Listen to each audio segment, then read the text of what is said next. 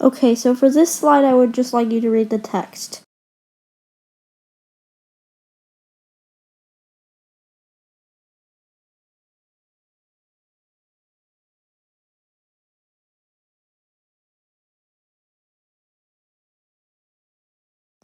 And do the same for this slide.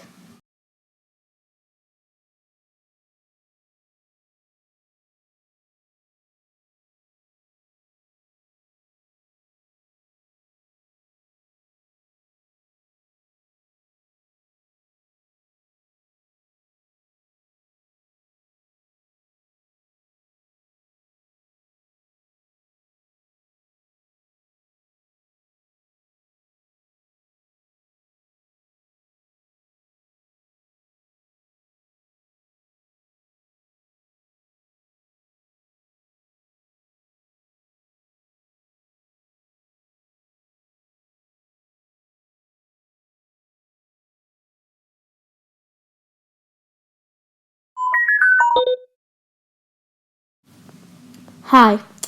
I think that before you understand anything about the universe, you need to understand what it's made of. And, well, it's made of atoms. So, on the screen, you can see a picture of an atom. And atoms are pretty much the building blocks of the universe, and they have many different properties and structures, and so we can get to that now. Okay, so now let's talk about different types of atoms.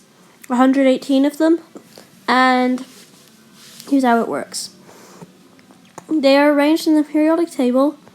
The numbers represent the atomic number, where the least massive atom is hydrogen, and the most massive is number 118, organoson. And they go in order of massiveness, and different ones have different properties. Hydrogen, first one, is the most common in the universe, and yeah, that's like, the next thing I have to say is that there's a process called nuclear fusion, where they fuse together to create heavier ones, and another process called nuclear fission, where they break apart. And then number 26, iron, is the most stable, which means that lighter elements fuse into iron, releasing energy, and then heavier elements fizz into iron to release energy. And then if you try to fuse heavier elements than iron or fish lighter elements than iron, you actually need to put in energy. And this is going to become relevant once we talk about stars. So just keep that in mind for now. And really heavy ones like 83 and up, they're radioactive, which means that nuclear fission will occur kind of automatically, because there's a force called the weak nuclear force that is acting on them, and so they will begin to like spontaneously break apart in a process called radioactive decay. As we'll see, atoms aren't the only thing that can decay into different ones.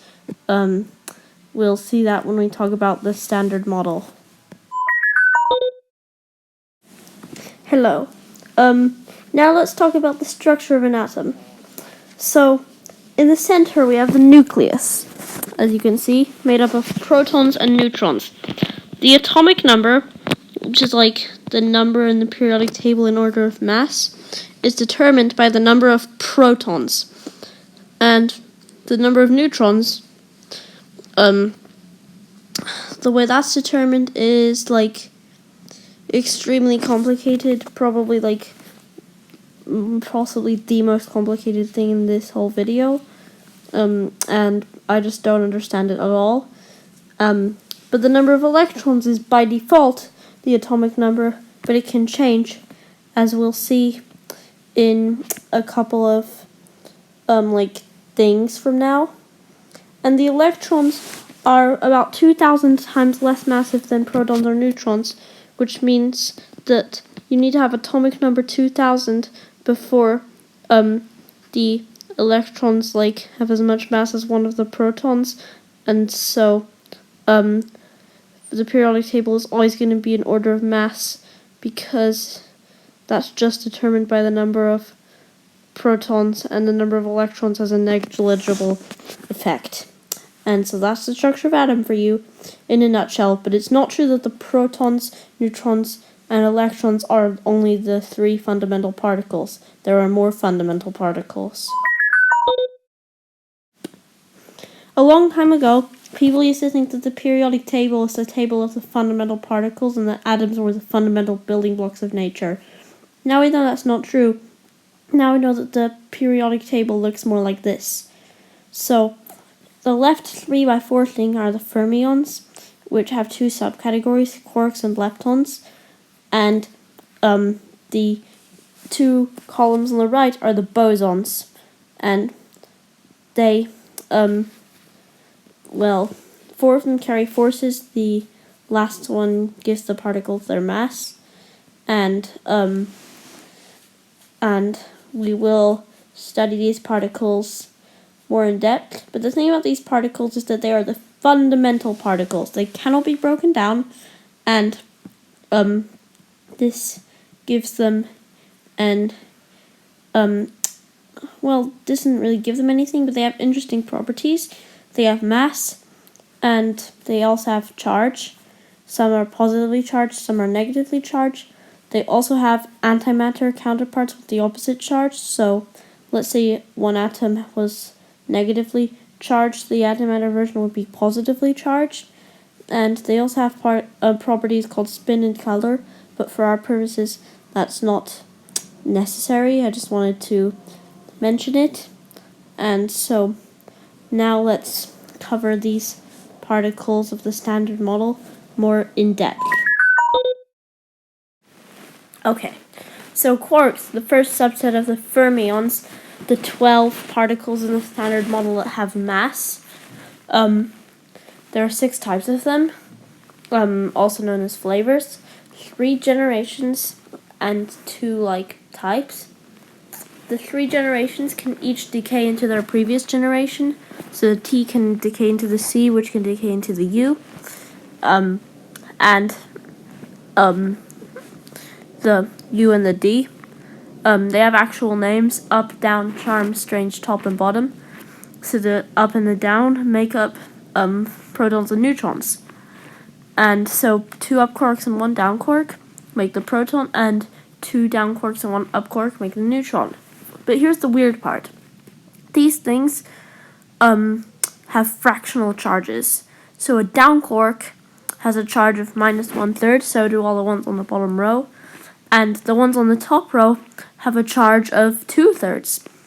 And that means the protons have a charge of 1 and neutrons have a charge of 0. So that's already kind of weird. And to make things even weirder, for that reason they have to be together. They are confined. And as we'll see, if you try to separate them, they'll just create new ones. And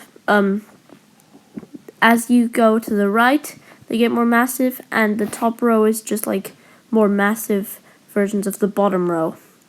So, for example, the top quark has more mass than the bottom quark, which has more mass than the charm quark, which has more mass than the strange quark, which has more mass than the up quark, which has more mass than the down quark. And so, if you go to the right, you get a new mass category, because the generations make a huge mass difference, but the ones on the top also have more mass, and they have so little mass that the protons and neutrons actually get most of their mass from the energy produced by the force that sticks the quarks together, called the strong nuclear force. Okay, so the other 6 fermions are called leptons. The E1 is the electron, which orbits the nucleus of an atom. The other 2 are the muon and the tau. Just like the quarks, they're more massive and they can decay into the electron. But the ones below are kind of interesting. They're called neutrinos. Neutrinos are a radiation particle, and they have a very tiny mass, much tinier than that of an electron or a muon or a tau. They're called muon and tau. And you have electron neutrino, muon neutrino, and tau neutrino. And basically, all 6 of these have a small mass. The top 3 have a charge of -1, and the bottom 3 have a charge of 0. And these neutrinos, that have tiny masses are so weakly interacting that they can just pass right through solid objects. And, well, that's about it. Okay, so now we're going to move into the last 5 of the fundamental particles, and these last 5 are called the bosons. 4 of them, in red, are the gauge bosons, and they carry the 4 fundamental forces. They carry, the G1 carries the strong nuclear force, which glues the quarks together in a proton or a neutron, and the reason why they can't be pulled apart is because if you pull them apart, the gluons will use that energy to create new quarks and to bind to. And the Y1 is the photon. It's the light particle and it carries the electromagnetic force, which does like every normal thing except for gravity and the forces that act on the really small scales. It's also a light particle. The W and Z ones carry the weak nuclear force, which causes radioactive decay. And there is a 5th one hypothesized called the graviton, carrying gravity. And if that one doesn't exist, the universe just doesn't make sense because nothing's different about gravity other than the fact that it's really weak. Like, no one can feel the gravity of an everyday object.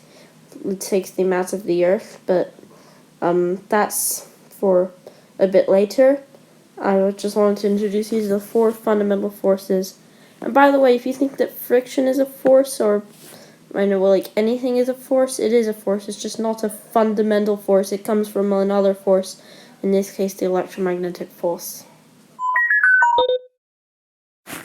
And that leaves us with one particle remaining called the Higgs boson. This gives particles their mass. Their mass just depends on how much they interact with the Higgs field. Other scalar bosons, as they're called, have been theorized, one of which is the infiniton, as we'll see in a later video, but not video, part. But the Higgs boson gives the particles their mass, and, well, for now, that's everything I have to say. But, towards the end, when we, get towards, like, the nature of everything, we'll have to, bring back this topic. But for now, you just know they give particles their mass. Okay, so now that you know about all 17 of the fundamental particles, let's talk about string theory. String theory is a theory that says that the particles are different vibrations of strings, and string theory was used to predict the existence of the graviton, which is the gravity particle. And the thing about string theory is that the math goes really well. It predicts all the properties of the particles. The problem is that it needs 11 dimensions, but the thing is, there's apparently a lot about string theory. I know this because I've heard of like really long books about it, and so you can check those out if you want to, and I don't really have much else to say, to be honest. Okay, so now we're going to talk about chemicals and molecules. So, in an atom, you may have noticed that the periodic table had different rows. There are 7 of them, and each row represents a different shell of electrons orbiting the atom. So an atom could have 7 rows of layers of electrons orbiting it, and that's because once you fill up a layer, it kind of clicks, and then you can start putting in the next layer. And for, like, some reasons, an electron, well, not an electron, an atom tends to move towards its, like, electron click position. And so atoms can bind together to form molecules by doing this process. So what can happen is water is dihydrogen oxide. The numbers in the periodic table of electrons where the atom will click nicely is 0, 2, 10, 18, 36, 54, 80, 6, and 118. And simply in a water molecule, it's the hydrogen atoms start with 1 electron each, and the oxygen atom has 8. And so if the hydrogen atoms each give their electron to the oxygen atom, they will have 0, and the oxygen atom will have 10. So all of them will be in their desired position, and so they can bind together to make a water molecule. And a lot of chemicals can be made this way. And it's the reason why you don't just have arbitrary things like 4 carbon, 21, chromium, 34 arsenic, 5 helium. It has to have the right number of electrons. And, that's just basically how chemicals are made. Yeah, so now we need to talk about cosmic distances, going from the very small to the surprisingly big, because space is pretty big. We have the astronomical unit, where the Earth is 1 astronomical unit away from the Sun, and, let's just say that space is pretty big.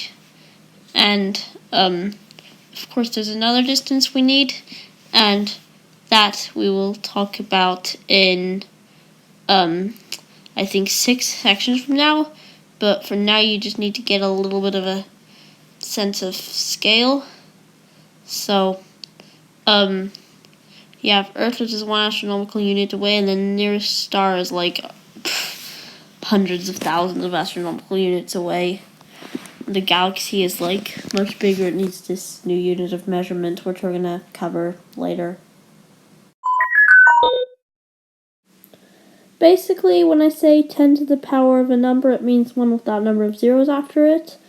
And when I say million, billion, trillion, quadrillion, quintillion, sextillion, septillion, octillion, nonillion, it just means exactly what it says here. So that's just going to be how I use numbers. I might use them either way, but here are just the numbers that we might need to use. Thanks. Hello. Now I need to introduce you to gravity. Gravity is the thing that stops you from floating like these people. And it's because any two bodies with mass will attract each other. The Earth is basically attracting you to it, so now you basically can't escape and float like these people. And what happens is that parts of Earth in all directions pull you towards it, so the net result is that you get pulled towards the center. And what happens is that as you go inside the Earth, the parts of Earth above you start attracting you, and so the gravity force you feel actually gets weaker. And so the strongest gravity is on the surface, and there are 2 things that affect the gravity, and so that is basically what we will see in about 5 seconds from now. So what are the 2 things that affect the force of gravity that you feel? The first thing is the mass of the object is attracting you. Like, you don't feel the gravity of everyday objects like your mom. That's just not happening. But it takes the mass of the Earth for you to feel as much gravity as you do. That's just crazy. Gravity is a very weak force. And the other thing is the distance you are from the object. So the gravity force actually goes down with the square of the distance, which means if you're twice as far away, you'll feel 4 times as less gravity. And so that basically That's why you don't feel the gravity of like other planets, because you're so far away from them that, well, obviously you don't see them really big in the sky, and you also you don't just fall towards them because of their gravity. It just doesn't happen because they're too far away, and it's pretty much the same reason that you don't feel the gravity of things in the real world. So, that's gravity parameters, well, in a nutshell. But I don't know if it's in a nutshell because I pretty much said everything you need to know. But, yeah. As usual, I don't have anything else to say. So, what's the difference between weight and mass? The mass of an object is how much stuff there is, but the weight is how hard it is to lift because of gravity. And there is a unit to measure weight called newtons, where on Earth 10 newtons is 1 kilogram. But if you go far away from Earth, less newtons will be the same amount of mass. This is because the gravity will get weaker, and so things will have less weight. If you get twice as far away from the center, gravity will be 4 times weaker, so something that weighs 10 kilograms will weigh 25 newtons instead of 100. If you get 3 times further away, then it will weigh 11 newtons, and then it'll almost weigh 1 kilogram. Despite being so weak, I'm actually almost able to lift that. Basically, once you get really far away from the Earth, its gravity effects will be almost negligible. And so, again, that's why you don't feel the gravity of, like, every planet. And as usual, I cannot think of anything else to say. So now that we've learned about particles, the units I'll use, and gravity, let's move on to the fourth topic we were going to learn about, which was light. The way light works is an object with enough energy, in this case a torch, can emit light, and that light, when it hits something, it can get scattered or reflected, and then when it gets reflected and it hits your eye, that's how you see. So, the torch is shining onto the paper, then that light is getting scattered onto the eyes, and then they see. They basically convert the light into images for you to, see. And, same thing is happening. The screen you're watching is producing light, and then that light is shining directly onto your eye, and then you can see. And, basically, everything emits light. It's just that they emit different energies of light, where blue has more energy than red. And if you think what? Not everything emits light, then you'll see what I'm talking about in a few sections from now. Thank you. Remember how when we did distances, we discussed that the astronomical unit is the distance from the sun to the Earth? Well, the thing is that light doesn't travel infinitely fast, which means that if you have something far enough away, you'll see it how it was when the light that just reached you was still where the thing is, if that makes sense. So the sun is 8 light minutes away from the Earth. So if you look at the sun, you shouldn't do that, but if you do look at the sun, you'll see how it was 8 minutes ago, because it's 8 light minutes away, so the light has taken 8 minutes to reach you. And instead of just using 10 billion astronomical units when we're talking about really big things, I'm just gonna say 5 light years or 3 light months or 10 light days or something, because I think that using light will make it a little bit more simple than using kilometers or astronomical units. I just wanted to get that out of the way. This is kind of about how light travels, and it's also finishing my thing about distances. Okay. Now, let's just say I'm in the same position again where I don't have anything else to say. Hello. Now let's talk about what light is. Because light is a wave, like has a wavelength, but it's also made of photons. So which one is it? Turns out it's a bit of both. And the thing is that it's just a bit weird. So light is the energy level is determined by the wavelength, as we'll see in the next thing, but also the photons have their own energy level. And so whether light is a wave or a particle, well, sometimes it's a wave and sometimes it's a particle. It's a bit of both. I know it's weird, but that's just what light is. Can I just admit that I don't have anything else to say? Remember in the last part how I briefly mentioned that the wavelength of light is determined by its energy level? The thing is, the shorter the wavelength, the bluer it is, and so the more energy it will have, and the longer the wavelength, the redder it is, and the less energy it will have. But what if you go beyond what you can see? Then you will encounter these other 6 types of light. So if you go redder than red, you get infrared, microwaves, and radio waves. If you go bluer than blue, you get ultraviolet, X-rays, and gamma rays. And the wavelengths have a pretty big range, as you can see. And different wavelengths are actually used for different things. You might have heard of microwaves, radios, and X-rays. And so people have built telescopes to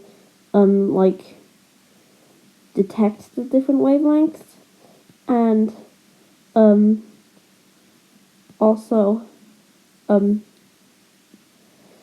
the X-rays and gamma rays and ultraviolet are at a high energy level, and so high energy things in space will emit high energy forms of light. And then the thing is, everything glows light, remember? But the thing is that you need to heat it up a lot before it starts glowing visibly. If it doesn't have enough energy and it's just an average object, then it will glow in the infrared. And so I hope that explains a lot. And so now you have learned about the electromagnetic spectrum, and how all objects can emit light, and how they have different energy levels, and just a lot of good stuff. Hello, now I want to teach you about telescopes. So, telescopes are basically tools which let you see things that are far away, and the way they work is that they either expose the image for longer, or they are bigger, so they can collect more light. And so telescopes let you see things that would normally be too faint to see with the naked eye. And also telescopes are used a lot, and they're often put in orbit around the Earth so that they can't the air can't block the images, if that makes sense. And so people are working on making better telescopes to learn more about space. Okay, so now let's talk about the uncertainty principle. We're finally on our last topic of this part, which is quantum mechanics. And so the uncertainty principle basically states that you can't know the state of something on the most accurate level. And the reason for this is because, simply because if you try to measure one thing about the object, you'll have to change another thing. One example of this is if you try to measure the position of an object, that involves putting something on it, in this case light, and then having it go back to you so that you can see where the object was. But the problem is that that thing will have energy, and so it will move the object, so you can't know its momentum. And basically just says that you can't know the state of an object. And then this, while it sounds bad, it can actually raise some pretty crazy possibilities, which we'll talk about. So you can't know the state of something with complete accuracy. So what? What can happen? Well, a lot of things. This is simply because if you don't know the state, it can just spontaneously change state. It goes like, wait, what state am I in? I'm in this state. Even though he's actually in a different state, so he just spontaneously changes. This can allow him to pass through barriers. So imagine that the really unlikely miracle happened and all of the particles inside you decided to move through all the particles of the wall. Because of this, you just pass through the wall, but it's so unlikely to happen that it just doesn't happen in everyday life. But not only can this process of passing through barriers occur called quantum tunneling, but what can also happen is that it can cause particles to spontaneously appear and disappear called virtual particles. And these are called quantum fluctuations, and they happen so randomly that it's spontaneous, there's no way of predicting it. And then another problem is that with virtual particles, they are like creating mass out of nowhere, so that's violating energy conservation, so they have to annihilate each other pretty fast. But as we'll see, these quantum fluctuations can actually play a pretty important role in like everything.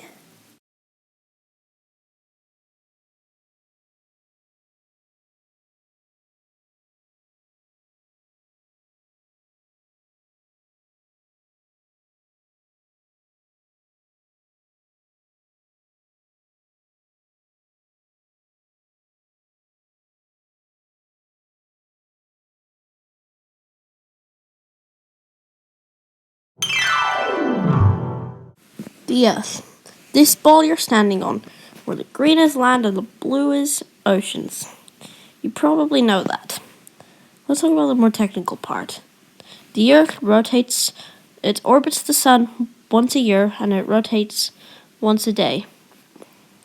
It is 12,000 kilometers across, and it is 1 astronomical unit away from the Sun, or 8 light minutes, or 150 million kilometers.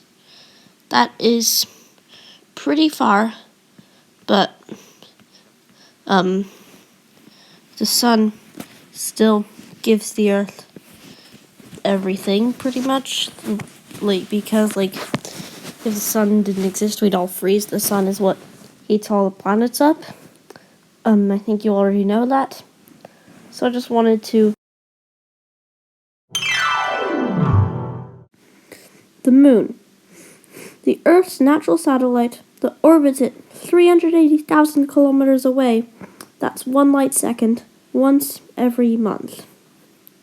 And, the Moon has no atmosphere. It's a lot smaller than the Earth, except that in our solar system, it's the biggest moon compared to the planet that it orbits, and it only has an 80th the mass of the Earth, and it's about 1/4 of the size of the Earth.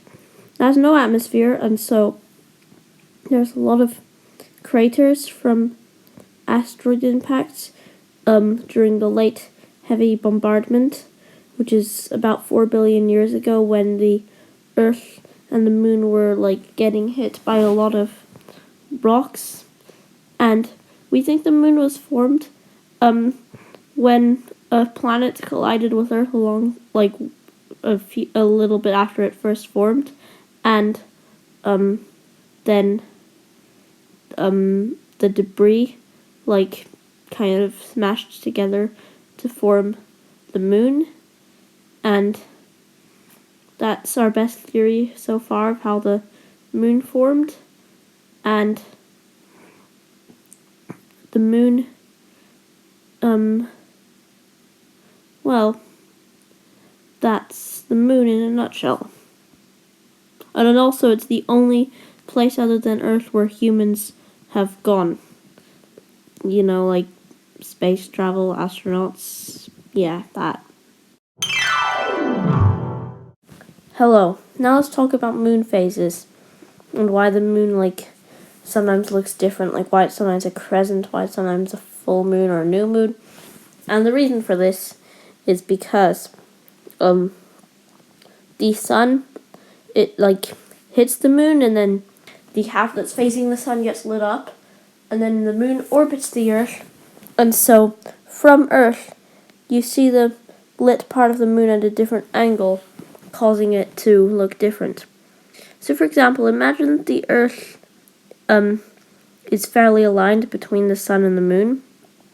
Then what will happen is the sun will light up the part of the moon that's facing Earth. So from Earth you'll see a full moon. And then if you put the moon between the Earth and the sun, the part of the moon that's facing away from the Earth will be lit by the sun, and so you'll see a new moon. And that's why the moon has these different phases, and it's why it goes through the cycle once a month, because the moon orbits the Earth once a month.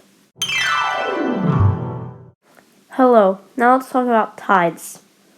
The way tides work is that the part of Earth closer to the moon is closer, so it feels the moon's gravity more than the part that's further away, and so it's going to bulge a little bit. So you'll expect the Earth to have one bulge. But the thing is that the center of the Earth will be experience like half the difference, and so the Earth will end up having two bulges, and then that's why we have tides. And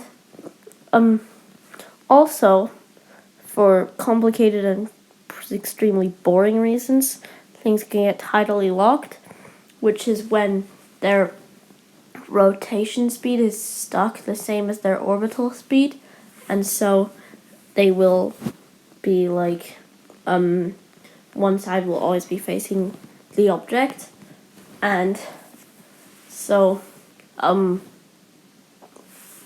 yeah, so like that's why things can have tides, and in really extreme cases the tidal forces can actually rip the object apart, as we'll see when we talk about black holes. And that's tides for you.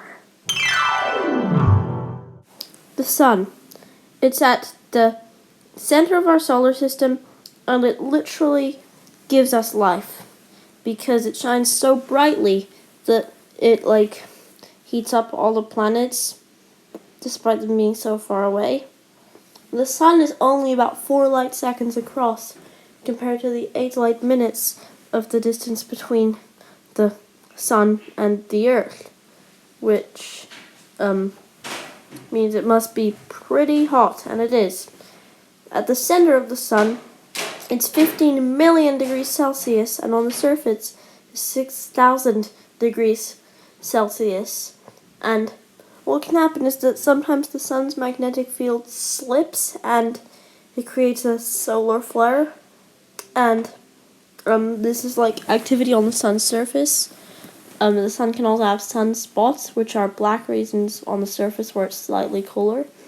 The thing about solar flares is that if a coronal mass ejection that a solar flare sometimes has hits the Earth, and this happens about once every 500 years, it will literally be like a mega huge, I don't even want to live anymore catastrophe. And what the scary thing is that it's very likely to happen in my lifetime. And so, the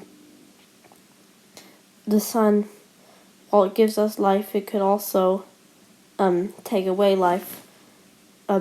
will definitely take away life when it becomes a red giant, but that's what we'll discuss when we talk about, like, stars and how stars in general, how they work. And that... Oh my god, why do I always run out of things to say? Okay, so let's talk about the planets. The sun is orbited by 8 planets, as you probably know. These planets are called, the first one from the sun is called Mercury. It's the smallest planet. It doesn't have much of an atmosphere, and the side facing the sun is actually really hot, and the other side is really cold. Another planet, the next planet called Venus, is about the same size as the Earth, and the weird part is that a day on Venus is longer than a year, which means that the time it takes to rotate is longer than the time it takes to orbit the sun. And it has a greenhouse effect where it like traps the heat, and that causes the surface temperature to soar up to 460 degrees Celsius. The third planet is Earth, which is where you live. The next planet is Mars. Mars is kind of a barren wasteland. It's also known as the red planet, and it's basically made of rock, and it has some pretty high mountains. One of them is about 3 times higher than Mount Everest. The next planet is Jupiter. It's the first and biggest of the gas giants, and it has 67 moons orbiting it, and there's like a storm, and it creates this big red spot that's 3 times the size of Earth. The next one is Saturn with its beautiful rings. It's another gas giant. The next one is Uranus. Okay, once you're done giggling, it has an axis, like it rotates on its side, and people think that this is because of a collision with another planet that it experienced in the past. Neptune has really strong winds. It's the furthest planet from the sun, and its winds are so fast that they are almost the speed of sound. That's just crazy. Also, there's another planet called Pluto, which was recently declassified, and it's now considered a dwarf planet. But basically, those are the planets. So the planets, some of them have moons. Mercury and Venus don't have moons. Earth has 1 moon. Mars actually has 2 moons. Both of them are small asteroids about 10 or 20 kilometers across. And one of them, called Phobos, actually orbits so closely to Mars that it's expected to collide with the planet in a few million years. And the gas giants have a lot of moons. Jupiter has 67. The 4 biggest are Ganymede, Europa, Callisto, and Io.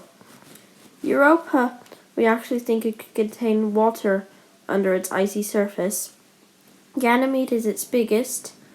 Io we think is filled with volcanoes. And I'm not sure what's interesting about Callisto. And then it has another 63 moons. Saturn has 62 moons, one of which is Titan, which could have the conditions for life. The only problem is that it's very cold. The next planet, Uranus, has a moon called Miranda, and it has such a distorted surface that we think that it could have faced a collision. And the next planet, Neptune, has a moon called Triton, and I've never bothered to learn that much about all 150 of the moons in the solar system, but I'm just letting you know that there are a lot of moons and they are kind of cool. So yeah. Also, the reason why the gas giants have more moons than the rocky planets is because they are bigger, so they have more gravity, so they'll attract more things. It's just common sense. Okay, so now let's talk about asteroids. There are 3 types of rocks in space, the first of which are asteroids. And the thing about asteroids is that usually they collide to form planets. But the thing is that in this case, well, not in this case, but in some cases, like asteroids are just like left and are like little bodies of rock, and these can have rock and metal, and they can also collide with planets. By the way, when they collide with Earth, that's a bit of a disaster. Unless you're me and you want the world to end because you have existential crisis and you didn't sign up to live and you don't like it. But for most people, it's a disaster. Also, with asteroids, there is a belt of them between Mars and Jupiter, because, like, they were going to form a planet, but Jupiter kept, like, dislodging them when they were going to collide and form a planet. And then there's a dwarf planet, called Ceres, which is, like, in place of the planet that would have formed. And in the asteroid belt, the asteroids are, like, there's a lot of them, except if you stood on one, they'd be so far apart, chances are you wouldn't see another one. Just so you know, that means that space isn't like a game where you have to dodge all the asteroids. So I just wanted to get that out of the way, and now that's asteroids in a nutshell. Now let's talk about comets. Comets are icy objects that go through the solar system, and sometimes they pass close to the sun, giving them a gas tail and making them glow brightly because of the heat. And then it also speeds them up because of the sun's gravity. And this is what creates a shooting star.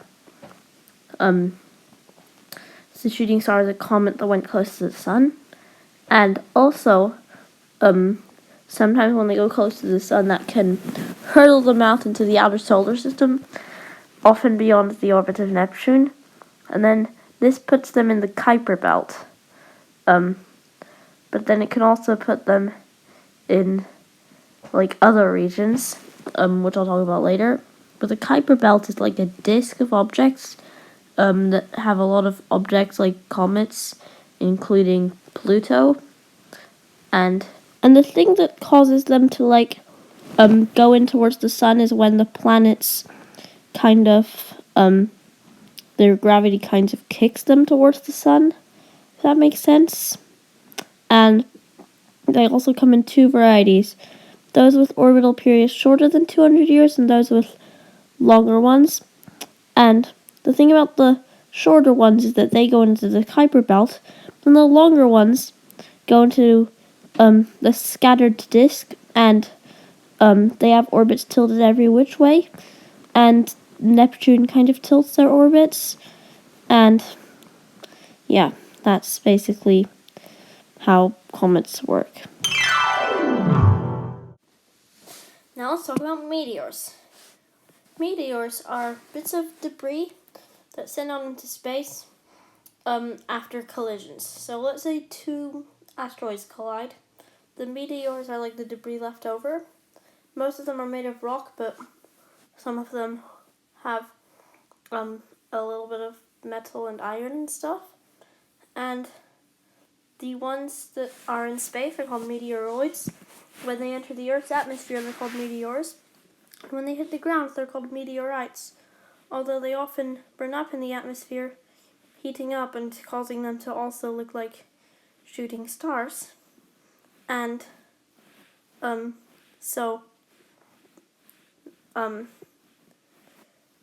yeah, and, also,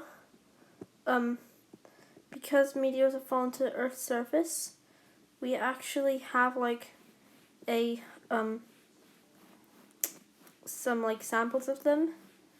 And also because they are sent out as debris from collisions, often a collision can take place and a lot of meteors can be released, causing them to be in groups.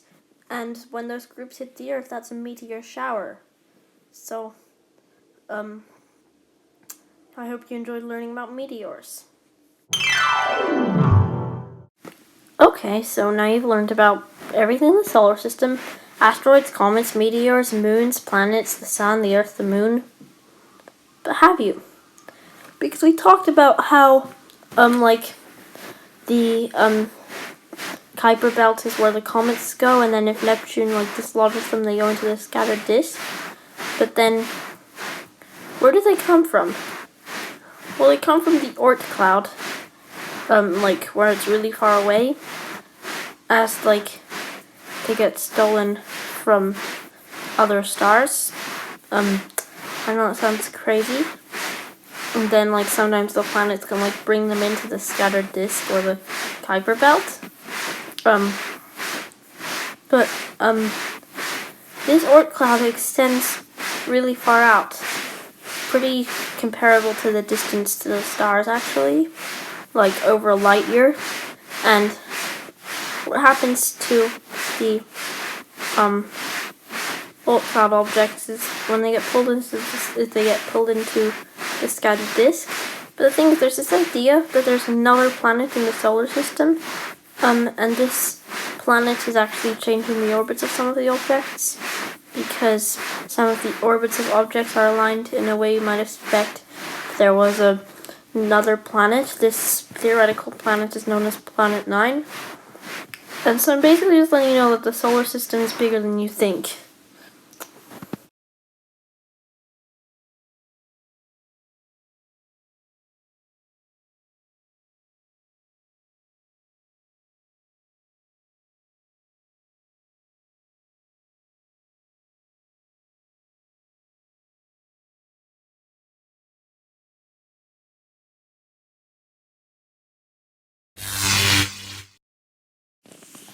Hello. Let's talk about stars.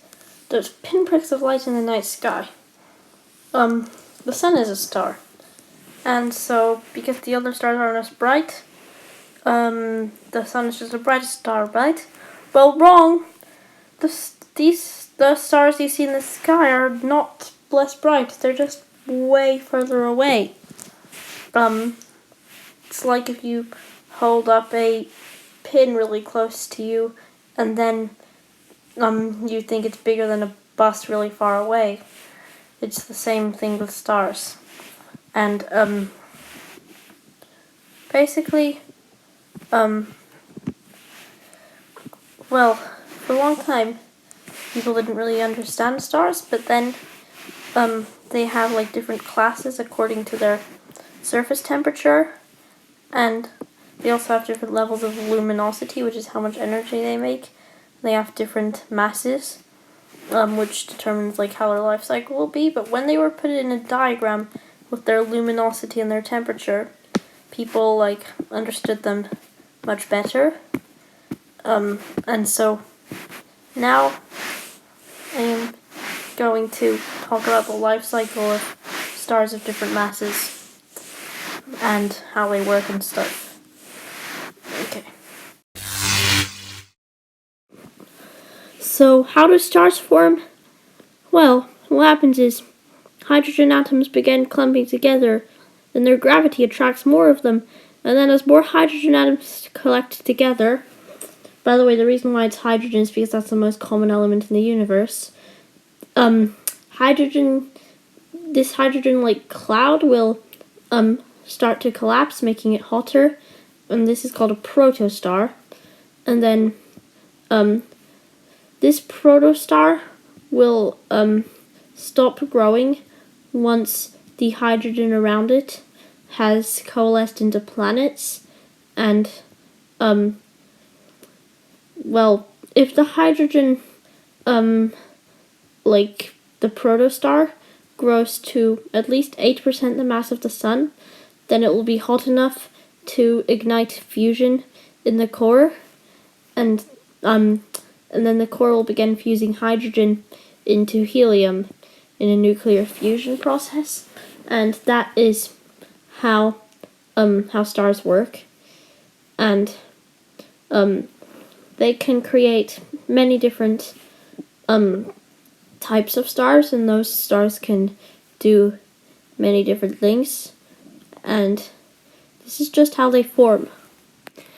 Once a star is fully formed, it will actually have gravity trying to push it inwards, and the heat it produces producing radiation to try to push it outwards, and then you've got this neat balance between gravity and radiation keeping the star stable, at least for a while.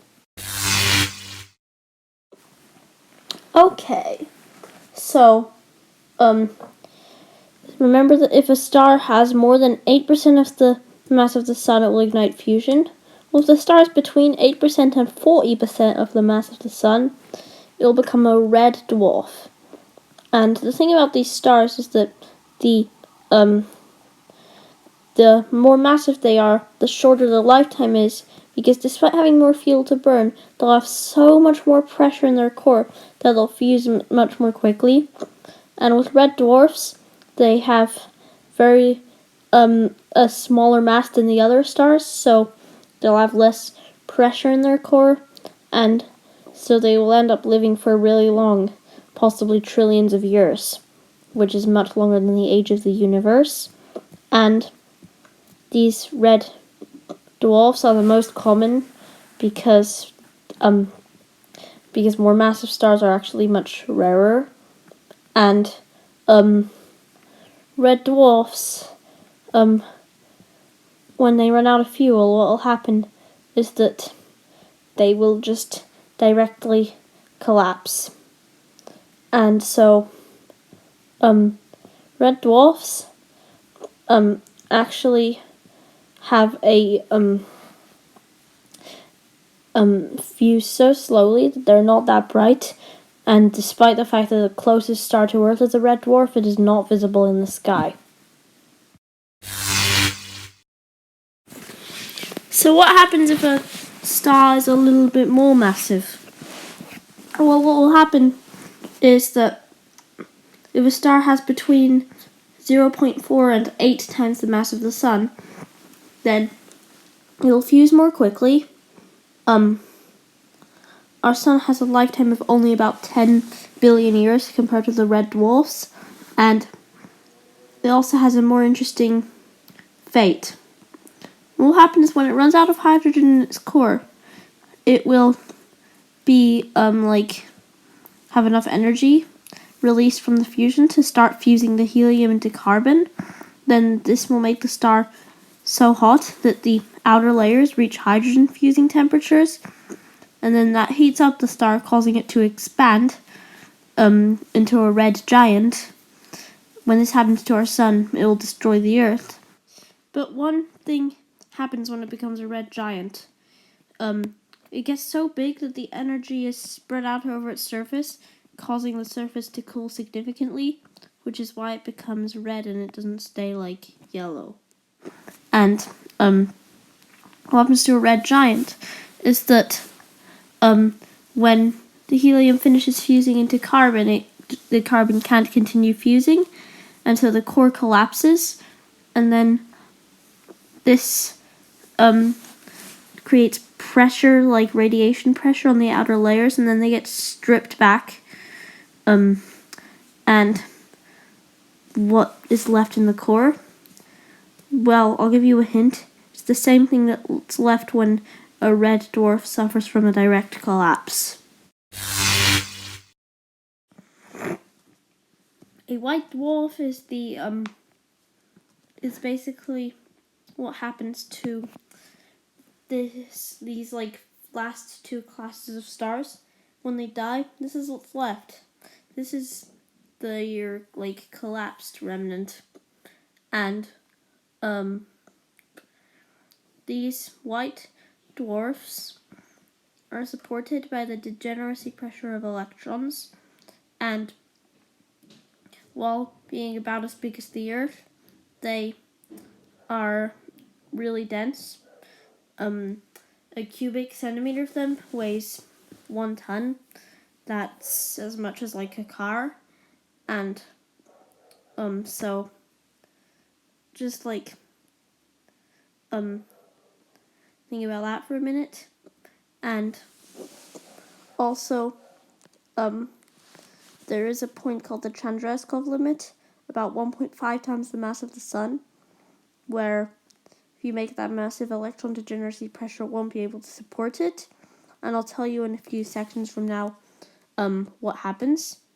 And the thing is, a white dwarf has no way of producing heat, so it just like uses the heat from the star. A newly formed white dwarf is 100,000 degrees Celsius, but over time they cool. But even the oldest ones are still 3,000 degrees, and it's gonna be a really long time, like trillions of years, until they cool completely. Okay, so a black dwarf is what's left of a white dwarf, theoretically, when it cools completely. Obviously, these won't exist for a really long time, but they will exist in the future. And even if they did exist, they would be pretty difficult to detect, because by definition, a black dwarf doesn't really emit anything. Well, like any heat or light. And so, yeah. And also, they're pretty dense. And so I'm just letting you know that when a white dwarf cools completely, nothing cool happens. I was thinking you guessed that, but I just wanted to let you know what black dwarfs are, just so that you can, like, know that, like, just know it, you know? Just know as many types of stars as you can. Remember how stars like the sun turn into a red giant, then they strip back their outer layers, and then a white dwarf is left? Well, what happens to those outer layers that get stripped back? They form a planetary nebula. Stars that are slightly more massive than the sun, when they do this, will have enough material to form a gas cloud around the star. And if the star has a binary companion, or something, it can cause the like nebula to have really cool shapes. And these nebulae are beautiful, and well, they can't form stars, but there's another type of nebula that can do that, as we'll see later. And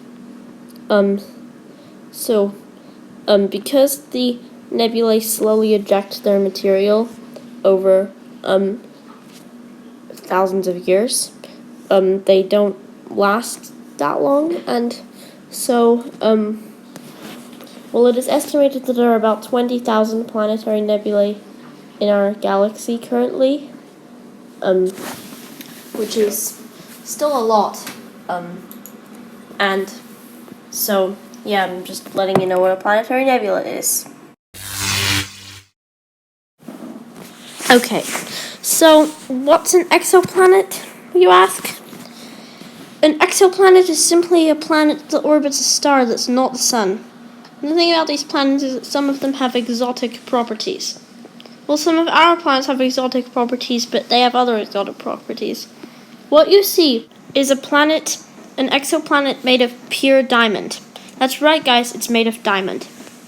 And this planet orbits a star 40 light years away, so we have a long time before we can actually get to it. But it is currently valued at $26 million. That's 2.6 times 10 to the 31. And if we were even to take a tiny fraction of it to Earth, it would completely outvalue all the diamonds we have here on Earth. And so, this planet is actually better kept where it belongs, far, far away from us, so that we don't take it and then make diamonds, like, insignificant. But that's not the point. The point is that exoplanets have exotic properties. There's one where it rains glass sideways, maybe one where it got eaten by its star, maybe one that's shaped like a donut, maybe one that's has rings that are as big as the distance from the Earth to the Sun.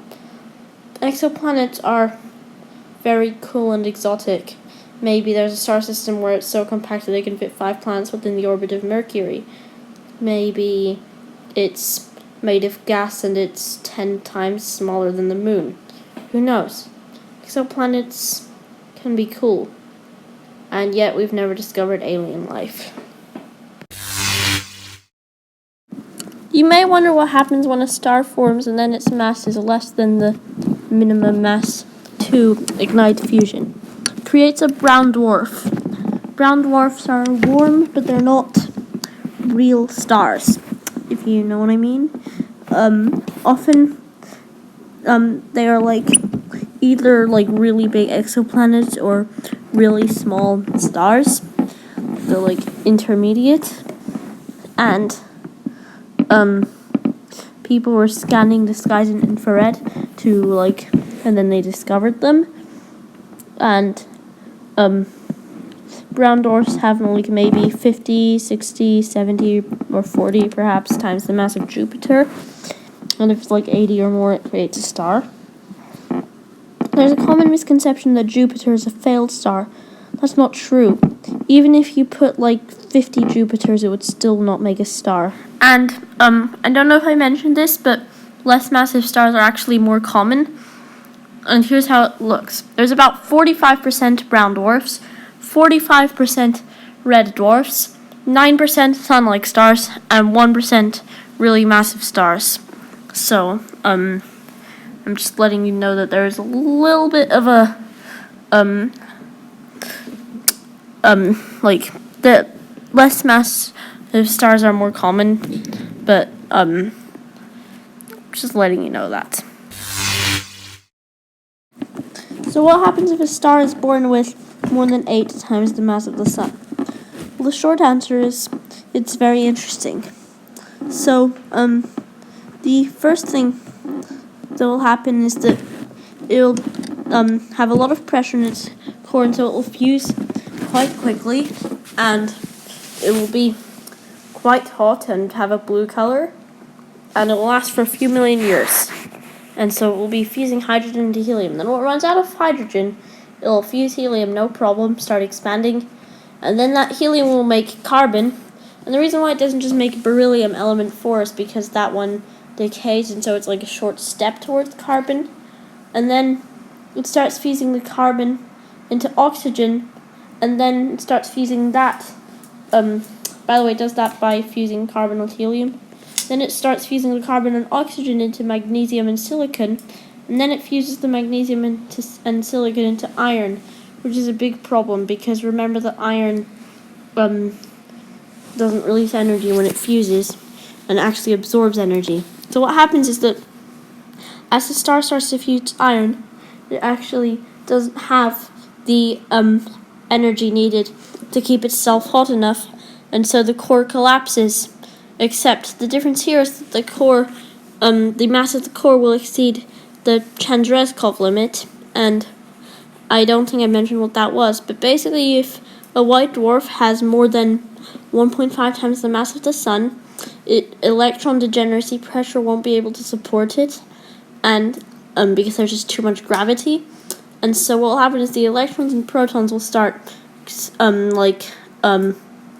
colliding together to form neutrons, and then you're left with a neutron soup, and it's as dense as the nucleus of an atom, and despite containing about 2 times the mass of the sun, it is only about 20 kilometers big, and density of this is ridiculous. And this collapse releases a shockwave, and the heat that generates creates neutrinos, and then what happens is that the outer layers of the star bounce off this core, and the neutrinos and the shockwave send out the outer layers, and then that causes the star to really violently explode in a huge bang. It's just crazily powerful. Your mom ain't got nothing on this. Okay, so the explosion that happens when a star dies is called a supernova. And they're immensely powerful. And these are type 2 supernovae. And they can leave behind one of three things. They can either leave behind a neutron star, which is this neutron core, or a black hole, or nothingness. And a black hole is basically when the gravity of a neutron star is so intense that even the neutrons break down, and then the whole thing collapses and becomes a black hole. Well, sometimes the energy is so much that all the star gets ejected and no remnant is left. And the borderline between the mass required to create a neutron star and a black hole is if the star is 20 times the mass of the sun. And what can happen is if the star has over 40 times the mass of the sun, it can create a special type of supernova, which we'll see in, I think, 5 sections from now, so soon in this video. And that is actually one of the things that very few people know about. A binary star system is when two stars are orbiting each other. So obviously our sun is not a binary star system. So, but did you know that most star systems actually are, or at least a lot of them, like more than 50%? The closest star system to our sun has I think 2 stars, Proxima Centauri and Alpha Centauri. There might even be more than 2, but what I know is that Alpha Centauri is the closest star to Earth, and it's the red dwarf, and Proxima Centauri, I got that the wrong way around. Proxima Centauri is a red dwarf, and Alpha Centauri is a more massive star orbiting it, and there might even be 2 Alpha Centauri stars. I'm not 100% sure, but binary stars are very common. The brightest star in the night sky, Sirius, is actually being orbited by a white dwarf, which you can see if you look at it through a telescope. And often the other star's gravity can cause a star to stretch a little bit, as you can see here. And often 2 stars in a binary system can collide, forming a peanut-shaped star.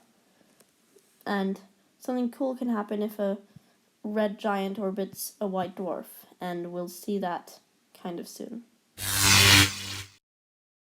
Hello. You might remember when we talked about what causes a star to go supernova. And, well, we did mention that what can be left is either a really dense core or a black hole, which we'll get more into later. I think we mentioned that. But another thing that's left. The outer layers of the star that get blown off form a stellar nebula around the new core. And this stellar nebula has so much material in it from the star that it actually forms a star-forming region. So stars form inside of it, and so that is basically stellar nebulae for you. And the important thing is that this means that when most stars die, they actually put most of their hydrogen, or a lot of it, into the galaxy. This will become important later on when we talk about the degenerate era and the fate of the universe, but that's not till the end of the video. So I'm just letting you know what a stellar nebula is. A Wolf-Rayet star is the result of a lot of stars with 20 or 40 or even more than 100 times the mass of the sun. And basically what happens is that when they're fusing heavy elements, the collapsing core can put so much pressure on the outer layers that they form a nebula around the star. This is not to be confused with a supernova or a planetary nebula, because stars can do this when they're still in their life, and they're gonna still fuse properly, but now their core is exposed to outside space, and the temperature on the surface reaches 200,000 degrees, which is and so Rayet stars are the stars with the hottest surface temperature, and most of the most massive stars we know of are Rayet stars. I'm not saying that if a star has more than a certain mass, it definitely will become a Rayet star. It's just something that happens to some stars in the highest of the high mass stars. A type 1 supernova is what happens often when there's a white dwarf orbiting a red giant. So what will happen is, so you have the white dwarf, and obviously the red giant is affected by its gravity, and then what will happen is the part of the red giant that's near the white dwarf will be stretched a little bit, like you saw in my binary stars thingy, and then that can cause the white dwarf to accumulate mass. And then once its mass reaches the Chandrasekhov limit, which is basically the mass needed for a white dwarf to collapse under gravity and become a even denser core, the same thing that comes from some supernovae, is called the Chandrasekhov limit, and it's about 1.5 times the mass of the sun. And so when a white dwarf orbiting a red giant gets to this mass, what will happen is it will go supernova. And so it's kind of similar but just different to what happens when a star dies.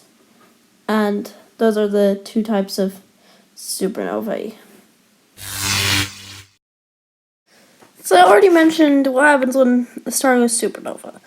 So it blows off the outer layers and then is either left with a neutron core or a black hole. But the star has more than 40 times the mass of the sun. True, it's likely to be a Rayet star, but that's irrelevant. What can happen is that the outer layers will be so massive that they'll have a hard time bouncing off the core. And so what will happen is that the black hole in the core, because black holes are formed when the star is more than 20 times the mass of the sun, the material will actually start falling into the black hole instead of forming a stellar nebula, and then the black hole's growth can cause it to emit twin beams of gamma radiation, which is the highest energy form of light, and these are called gamma ray bursts.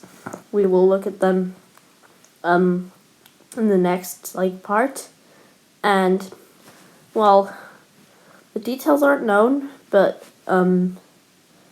basically the energy of the supernova is focused, and so it's 100 times more powerful.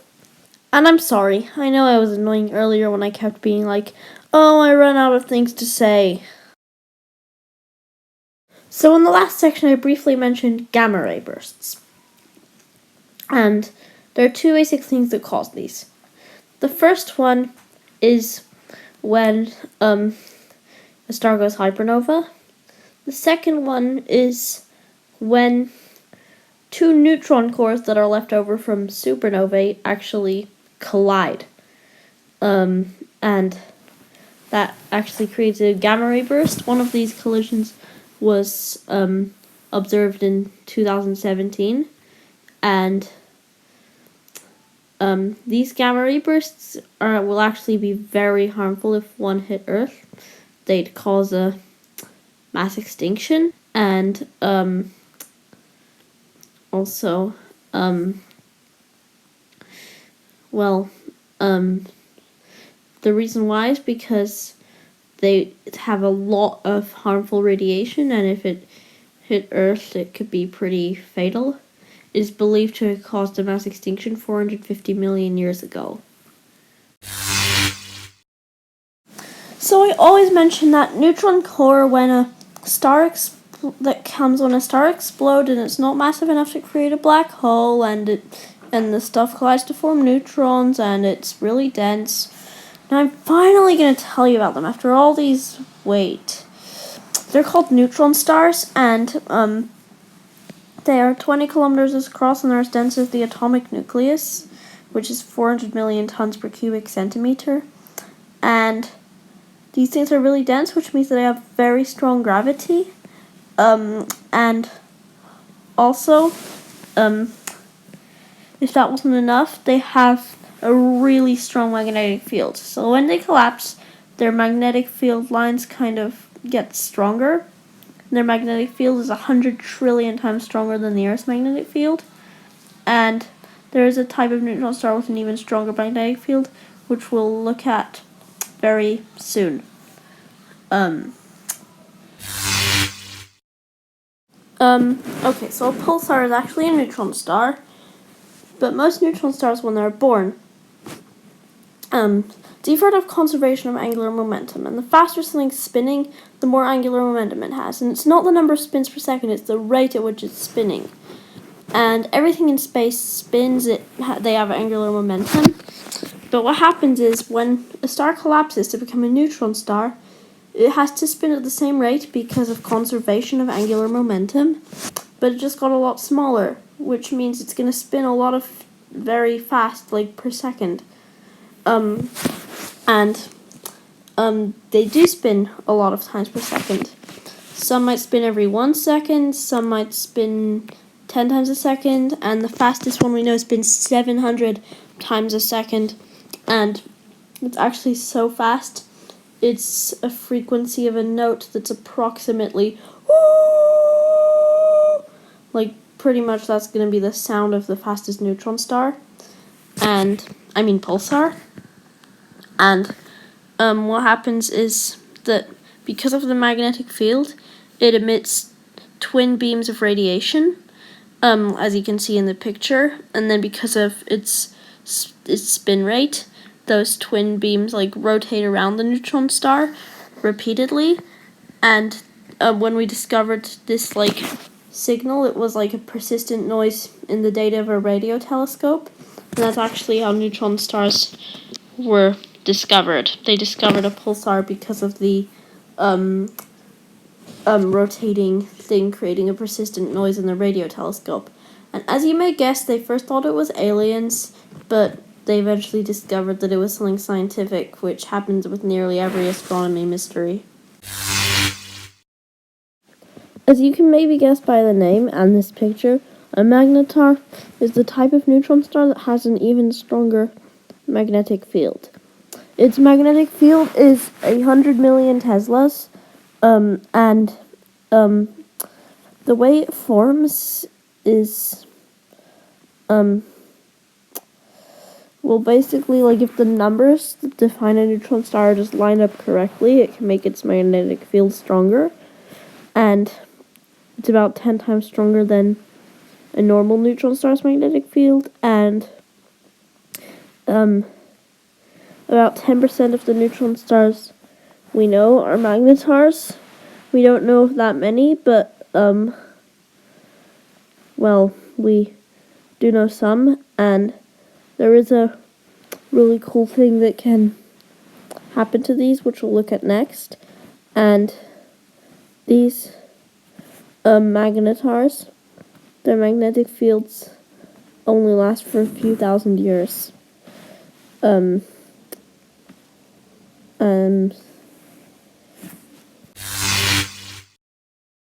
So a starquake is the cool thing that happened to magnetars, and basically what happens is, I don't think I covered this, maybe I did, but kind of like a solar flare on the sun, when its magnetic field kind of slips, it can it can twist the surface of the neutron star, and then what happens is the surface cracking because of the magnetic field, releases a huge amount of energy, and if one happened near us, it would actually cause a mass extinction. And so basically there's a lot of things in space that could kill us, but they're not very likely to happen. And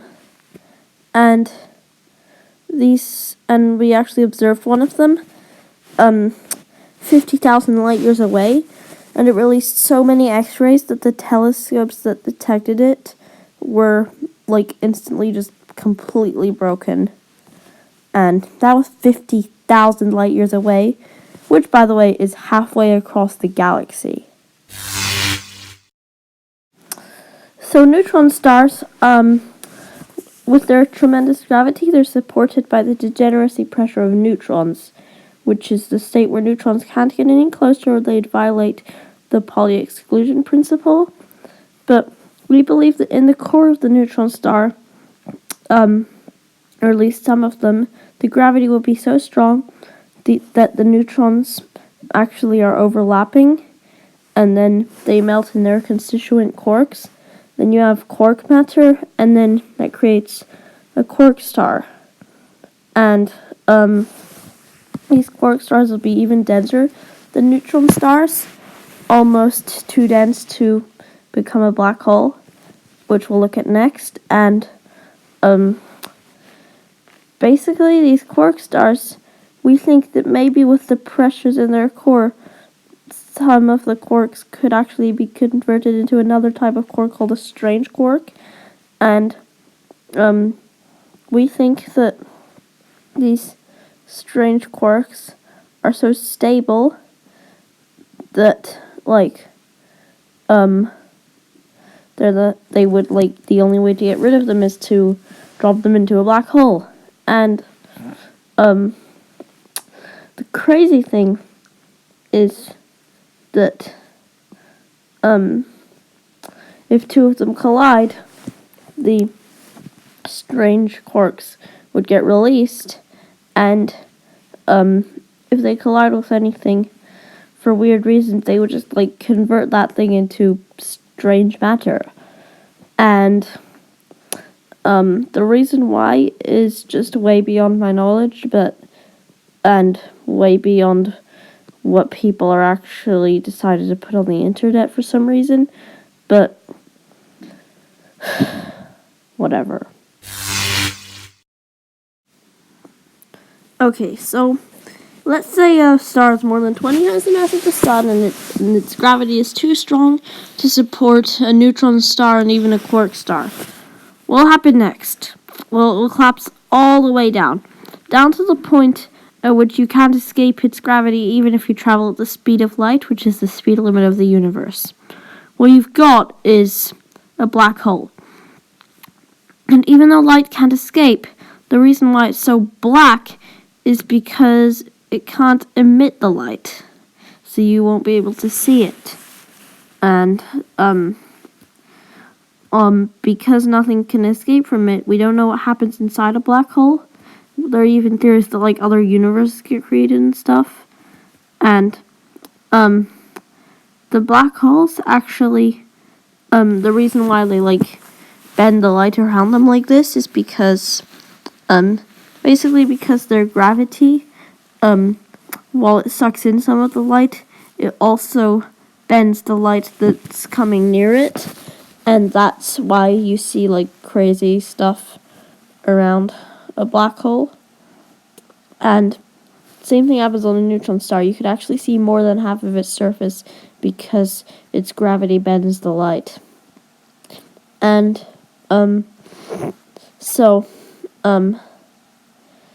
yeah, black holes are very weird, and there's even another type of black hole that can have up to millions or billions times the mass of the sun, which we will look at soon, and that brings us to the end of this part and into the next part.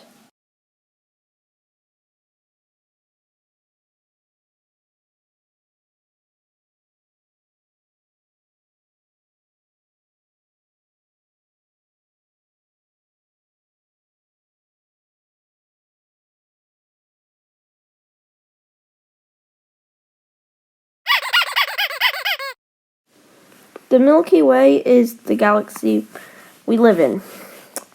And the Milky Way is huge. It's 100,000 light years across. And basically what happens is the galaxies have a supermassive black hole at their center. These black holes have millions or billions of times the mass of the sun. Then everything else orbits it. Galaxies have a few hundred billion stars and a supermassive black hole at their center. The supermassive black hole at the center of the Milky Way is called Sagittarius A, and it is 4 million times the mass of the sun. And some black holes have some galaxies have black holes even more massive than that. And our Milky Way also has spiral arms, kind of like clouds of stars orbiting the black hole, as you can see. And these are known as spiral arms, and their existence is caused by the galaxy's rotation. The Milky Way also has two smaller galaxies orbiting it, known as the Magellanic Clouds. The small Magellanic Cloud is 7,000 light years big, and the large Magellanic Cloud is also orbiting the Milky Way, and it's twice as big.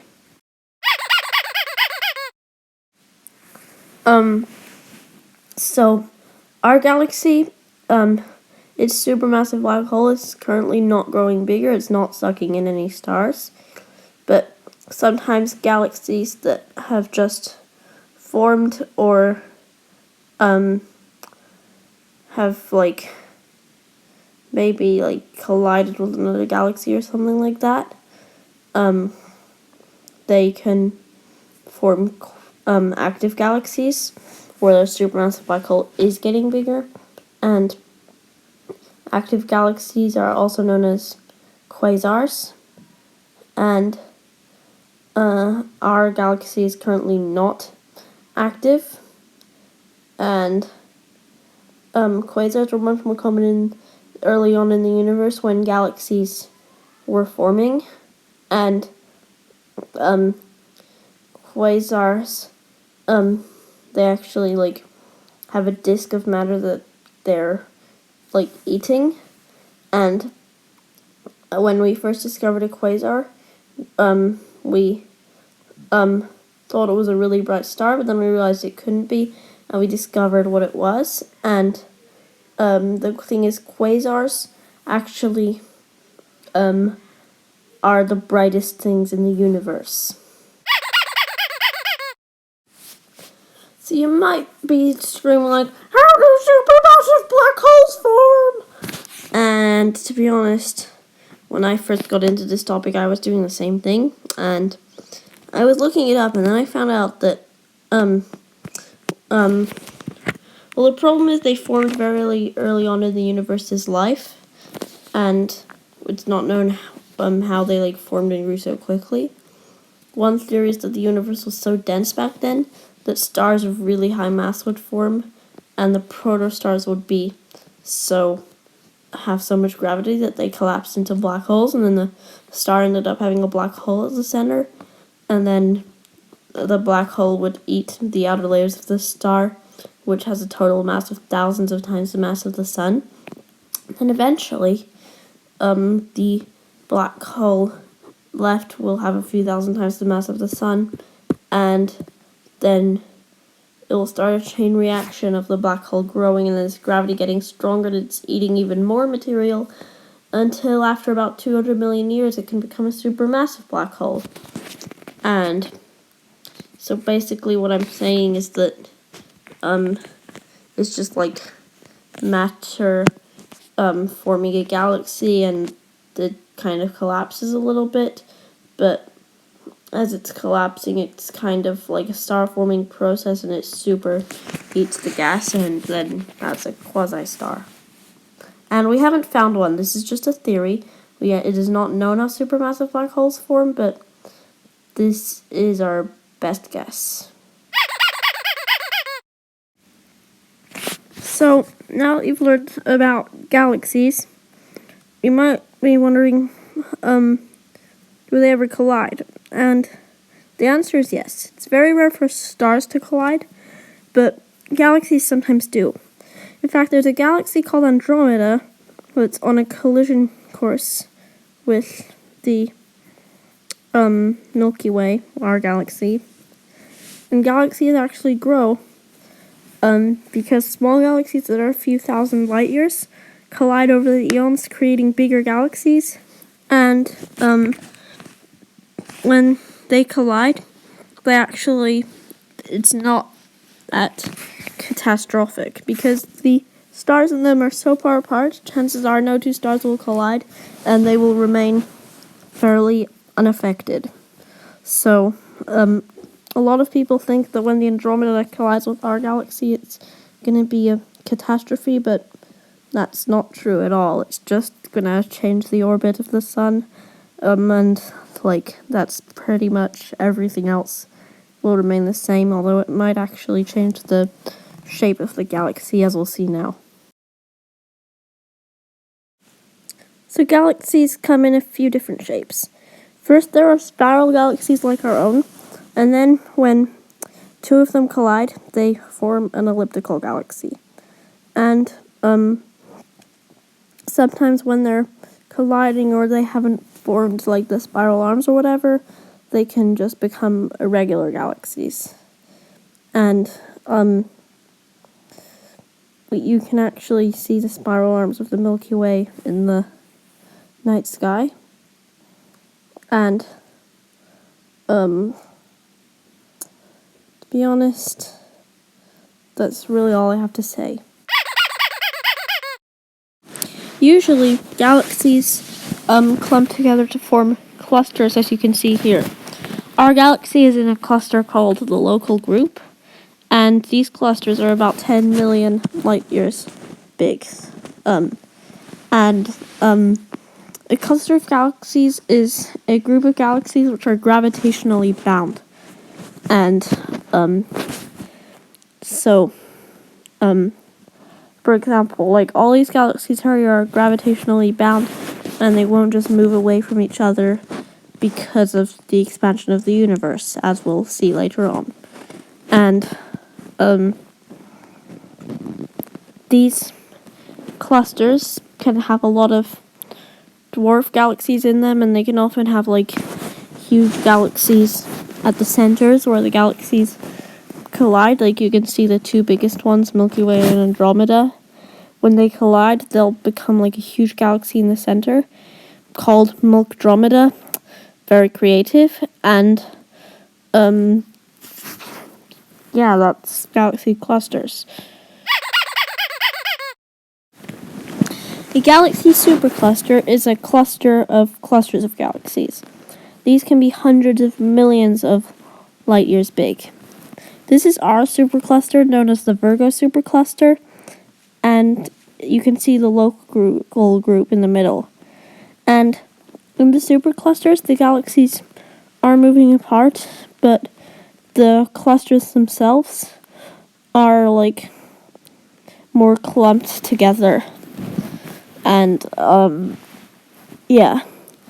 they're basically clusters of galaxies, and despite their size, there's still 10 million of them in the observable universe, and we're finally getting to what forms the structure of the universe. The universe is basically made of these superclusters, with active galaxies of different shapes, black holes, stars, pretty much everything. A galactic filament is basically a wall of superclusters, where at the edge there isn't just more superclusters, it's basically just a well-defined wall of them. That's all I can really explain. I really don't have anything else to say. A cosmic void is basically a region of space where the galaxies are not as densely packed. There's less superclusters and stuff. And And so basically, as we'll see now, it just means that the universe is like made of regions with different densities, I guess. Okay, so you have filaments and voids. And then the universe just becomes this like web of galaxies where some are in like denser regions than others, and there are filaments and voids and millions of clusters and superclusters, and it's just this vast web known as the cosmic web. So, I just want to address something. Now you know everything that happens on the small scale with particle physics and quantum mechanics. You know what happens to planets, stars, and galaxies. But the thing is, you have actually only learned about 5% of the universe. Literally.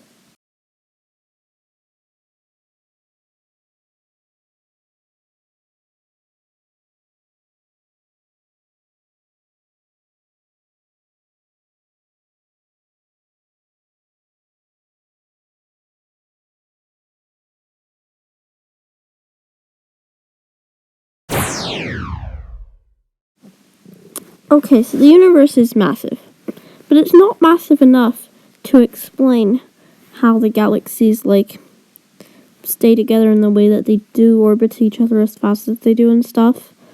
And so we think that there's another type of matter called dark matter that outruns ordinary matter by about 5 times. Like, there's 5 times as much dark matter as normal matter.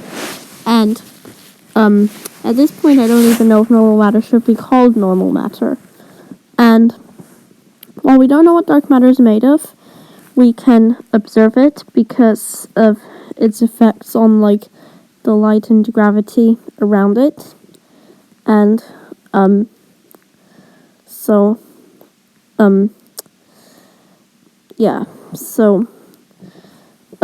we also think that it's not made of, like, normal atoms.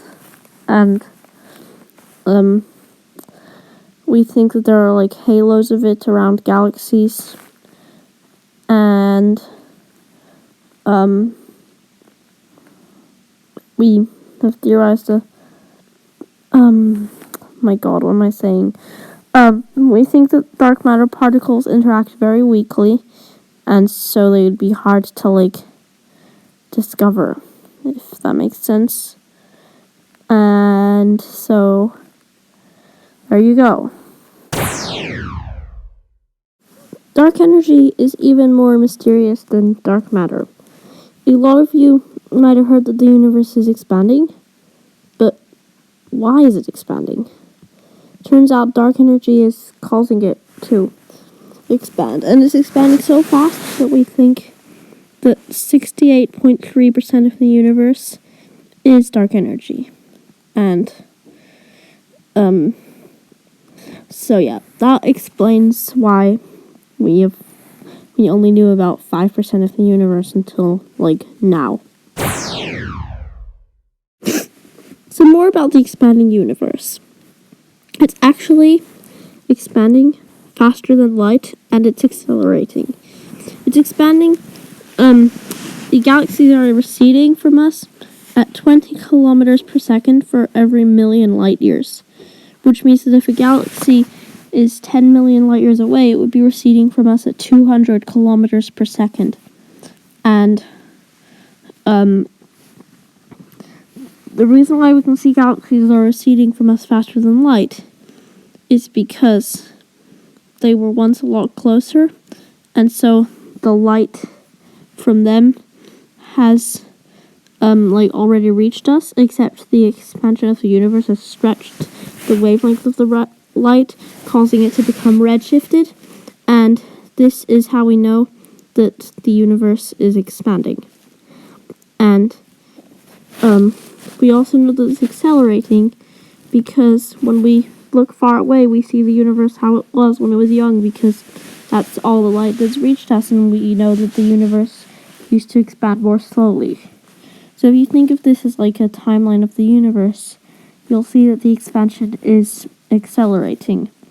And the dark energy dominated era, which is the era where dark energy started to dominate over dark matter, began about 5 billion years ago. Because one property of dark energy is that its density stays the same throughout the vacuum of space, which is kind of a weird property of dark energy. So we know that the universe is expanding. And then what we figured out is that if we run the clock backwards, the universe will be getting smaller and smaller, and eventually it will have started out as a point, then expanded. This event is called the Big Bang, and we think it happened 13.8 billion years ago. And since then, the universe has expanded and different things have formed, and eventually us, and this video. And, so now we're going to look at the events that happened after the Big Bang, and even the events that will happen in the very distant future. Okay, so the first of the 5 eras of the universe is called the Primordial Era.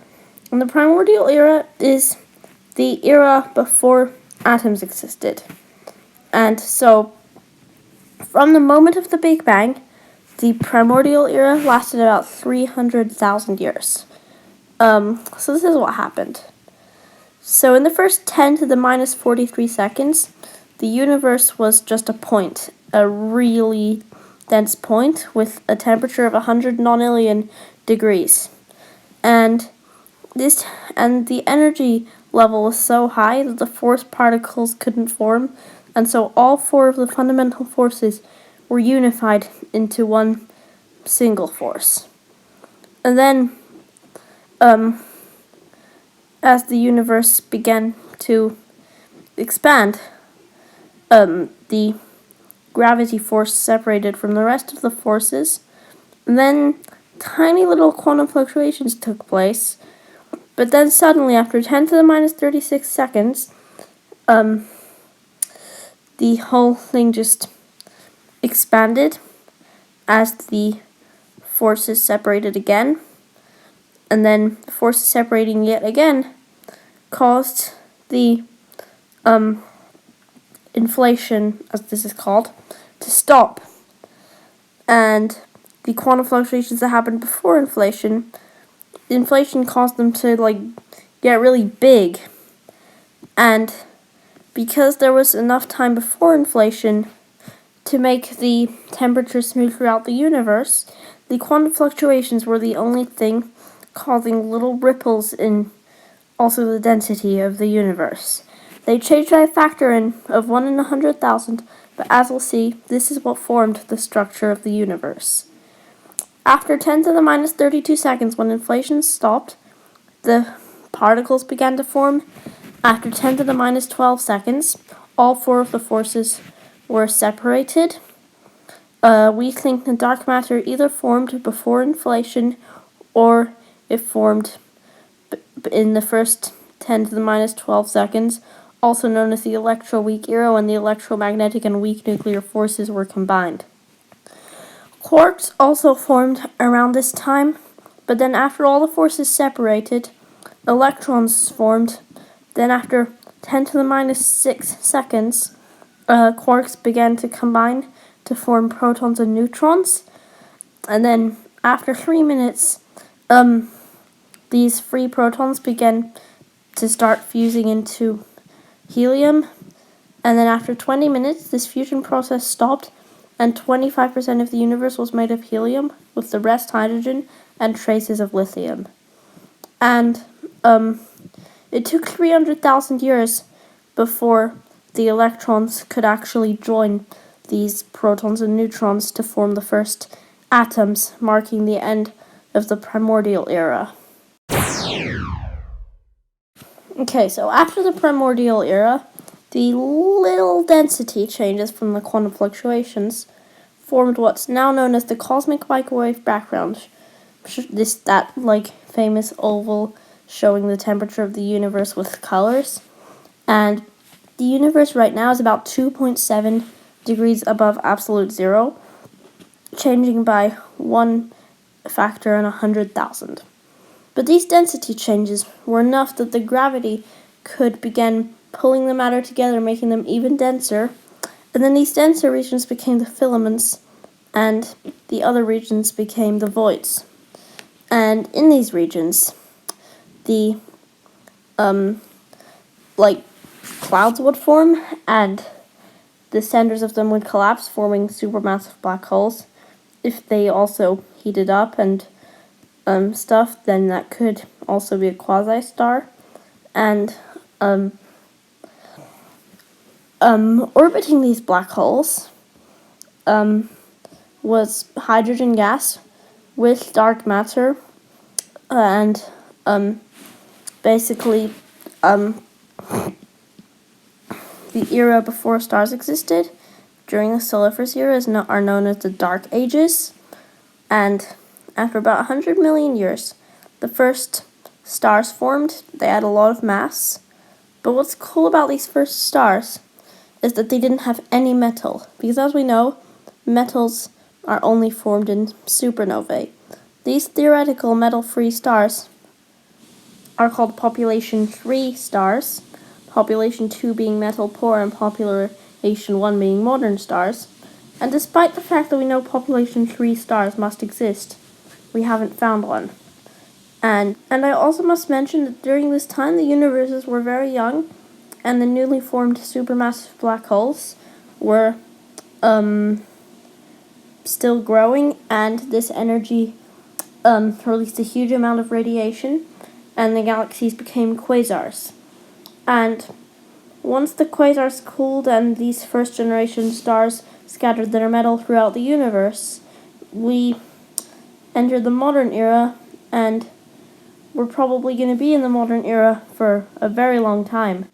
The modern era is basically the time in the universe in which you have stars and galaxies and stuff, and everything looks kind of the way it is today.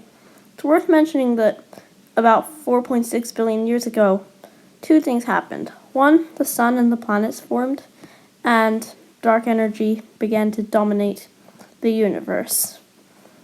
During this era, in about 20 or 30 billion years from now, if the universe has enough matter in it, it could collapse under its own gravity, and if it has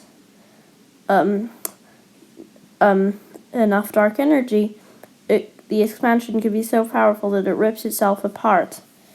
And but we think that it falls somewhere in the middle, and so it's going to be kind of stable.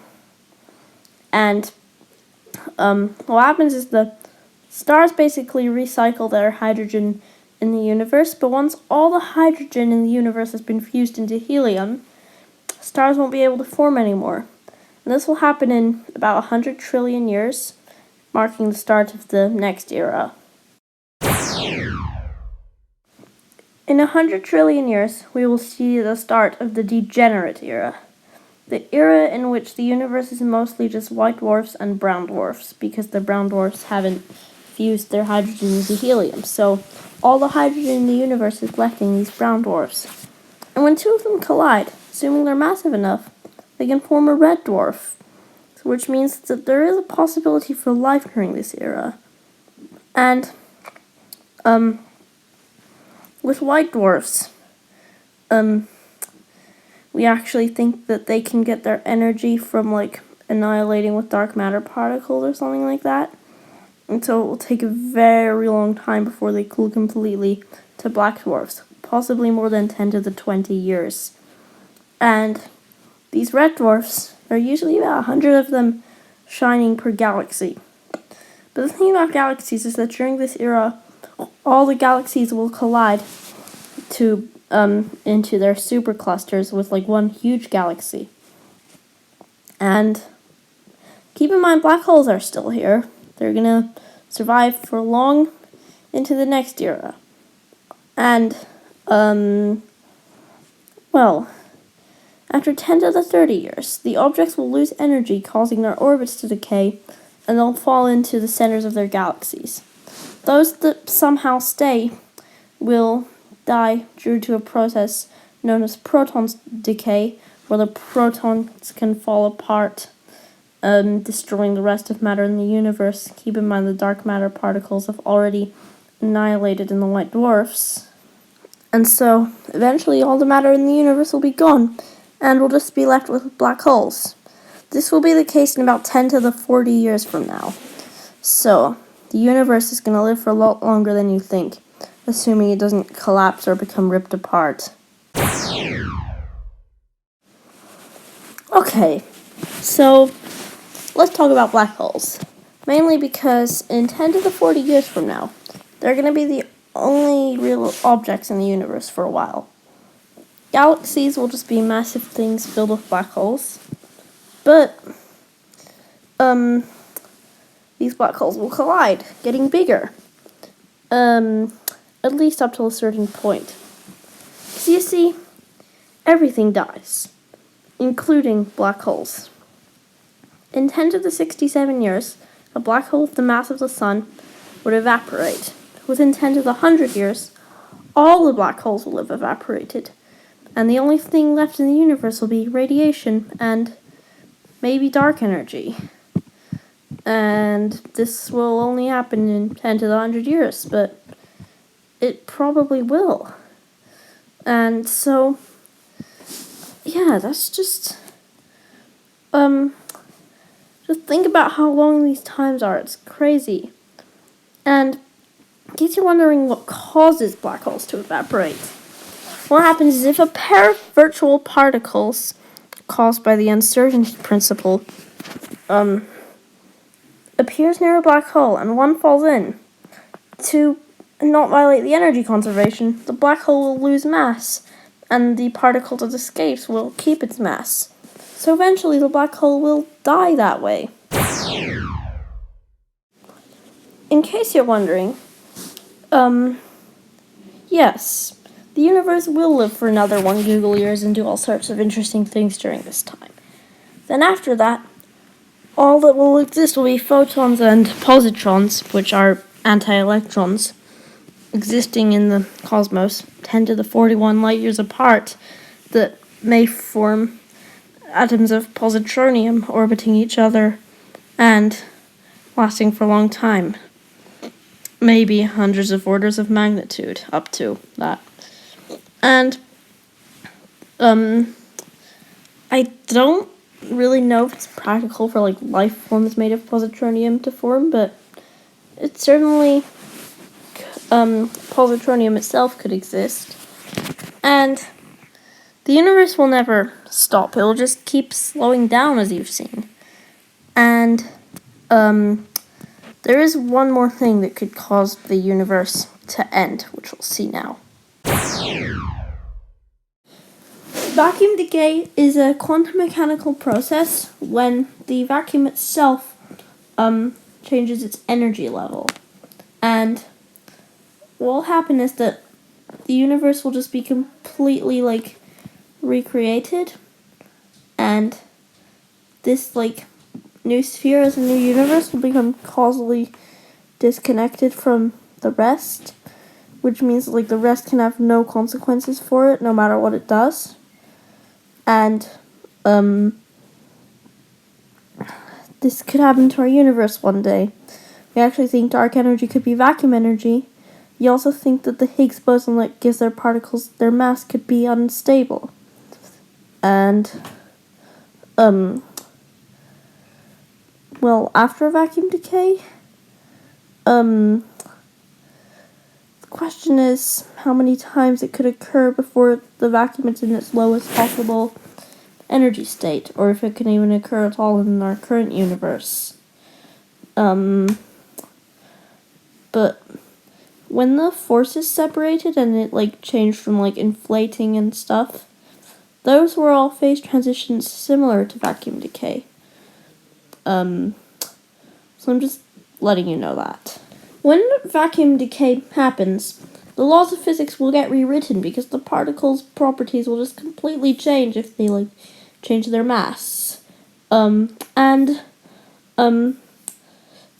thing, which is also weird, is that because when the vacuum decay first happens, the information has to travel, which means that the sphere will only expand at the speed of light within the old universe. But if you go into the new universe, it'll be completely disconnected from the old universe. It's like the old universe won't even be there. So you could just, like, travel as far as you wanted in this new universe, and it would be as if it had no boundary and then it went into the next universe. It would just be disconnected because it's expanding at the speed of light, and by definition nothing can travel at the speed of light.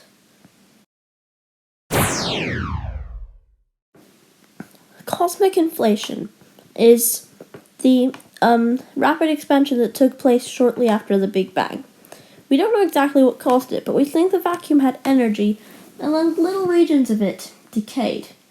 But not all of it could decay at once because it was expanding too quickly, and the spheres of vacuum decay can only expand at the speed of light. Then these spheres give birth to new universes, and that is how our universe formed.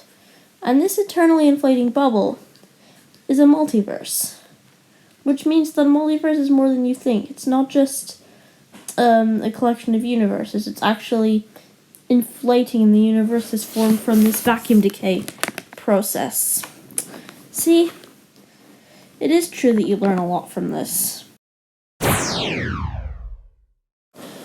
So I just mentioned that in an inflating multiverse, little universes may pop up here and there. But I did mention in the vacuum decay part that these universes will have different laws of physics, because vacuum decay changes the laws of physics. So what's interesting is that if the properties of our universe change just a little bit, life would cease to exist. There would simply be no stars and galaxies. It might even be that most universes just collapse, become ripped apart, and are just a sea of subatomic particles, and it's really rare to have universes like ours where structures can form, because the laws of physics have to be fairly precise. Then maybe 1 in a trillion universes will have life like us, but most of them will just be seas of subatomic particles, some maybe even more exotic than ours. We just don't know. So I don't want to move on too much until I address the most fundamental problem. Why does anything exist in the first place? And I have a few ideas. Maybe it's not true that this slide will make your life happy forever, because I can't tell you for sure why anything exists. But let me tell you that one of the reasons why I'm upset about existing is because I don't even know why anything exists. I wouldn't have signed up to live. But for some reason, no one gave me the choice. My parents just decided to, But, why am I here? One idea is that there are infinite ways you can have something, and just one such thing is nothing. So there's going to be something. Like, it can, therefore it does. Another is that if you reverse the clock, you just simply can't stop the inflation process, if the eternal inflation theory is correct. And so it's simply going to have existed infinitely into the past. And oof, my goodness, this is weird. Like, the thing is, you're always going to think, but what caused this? What caused this? What caused this? What caused this? What caused this? And you're going to go infinitely back. It's going to hurt. So, I'm just going to leave this question to someone smarter like Albert Einstein or something. If the eternal inflation theory is correct, it may just be that the multiverse is the eternally inflating bubble. But there may be a lot of those, forming a metaverse of multiverses. And if they also exist in higher dimensions, that'll form a hyperverse of metaverses of inflating multiverses, but in higher dimensions. And that forms a reality, a creation. But what if there are alternate realities, completely disconnected from anything else, just alternate realities? No matter how advanced you are, you just can't go to them, you can't prove that they exist. But if there are, all of them will form the omniverse. So I'm just getting creative and thinking about how vast creation itself can be. Okay, so there are a few alternative theories other than this eternal inflation theory. One is that in a universe, black holes form, and inside those black holes, more universes are born. And the universes will have similar laws of physics, and the ones that will survive will be those that can create a lot of black holes. The reason why universes could exist inside black holes is because vacuum decay bubbles expand at the speed of light, so you can't escape them. It's just like black holes' gravity makes you go at the speed of light, therefore you can't escape them. Once you go into the black hole, it will become causally disconnected. So it could potentially have a new universe in it. And so it's kind of similar to the inflation theory. And you might expect natural selections to take place. So the universes that survive the most are those that can create black holes. And black holes are formed by stars and galaxies. So this would explain why our universe has the properties required for life to exist. Another is that the universe is part of a larger four-dimensional universe where the universe are just three-dimensional brains, and the brains are like sheets moving around in a larger thing. And when two of them happen to touch, they would create new Big Bangs. So this brain theory would explain what caused the Big Bang. And obviously there are more theories about creation, but I'm just telling you a few. So the one thing I haven't talked about is aliens. So, whenever you have an astronomy mystery, they're always like, "Oh, it's aliens." And the mystery, why does anything exist? Why, at least our creation could be explained by aliens. Maybe aliens are the gods. They created a computer simulation where they created the universe and we're just a byproduct of that. Maybe we're living in a simulation. But putting that aside, it's just another theory about creation. Why don't we talk about aliens? So, life here on Earth evolved, so it could evolve on another planet. So we've been looking for that. We have seen some evidence of it, like the wow signal, but no proof. In fact, when we discovered the first neutron star, we thought it was aliens. There are some, stars and planets that are mysterious and have things where we're like, oh, it's probably an alien civilization. And it always turns out to be wrong. So why haven't we found aliens? Life can exist here, so why can't it exist anywhere else? This is called the Fermi paradox. And our best explanation for it is that primitive life like bacteria is common, but for it to become advanced life like us, it's exceedingly rare. You'd have to travel billions of light years just to find more intelligent life. Or maybe intelligent life does happen, but it just happens very quickly and then it dies. Global warming could just kill us all. There could be some great filter that stops a civilization from becoming galactic, because all it takes is one civilization to colonize a few galaxies and we'd instantly know, so there must be something stopping them. Maybe life is difficult to emerge. Maybe intelligent life is difficult. There's probably something stopping it. We just don't know. We have to find aliens first. It's equally terrifying if we're alone and if we're not alone. That's the crazy thing. There are so many mysteries and stuff. This is why I'm interested in this topic, and there's also so much we do know that's wow, so many different types of stars and stuff. Okay, so first of all, you can read some books. One book that I recommend is The 5 Ages of the Universe. You could also read The Elegant Universe, or some of Stephen Hawking's books. Stephen Hawking's the guy that talks according to quantum mechanics, and so on. You could also watch Crash Course Astronomy, which basically covers the same thing that was covered here. Or you could watch PBS Spacetime, which is basically this guy talking about some things that are related, which are just cool stuff. And of course, I'd love it if you'd ask me some questions, because I'm happy to answer them. Usually I never get comments on my videos because I'm very unpopular, but if you'd ask me questions, that would be great. So that's basically it.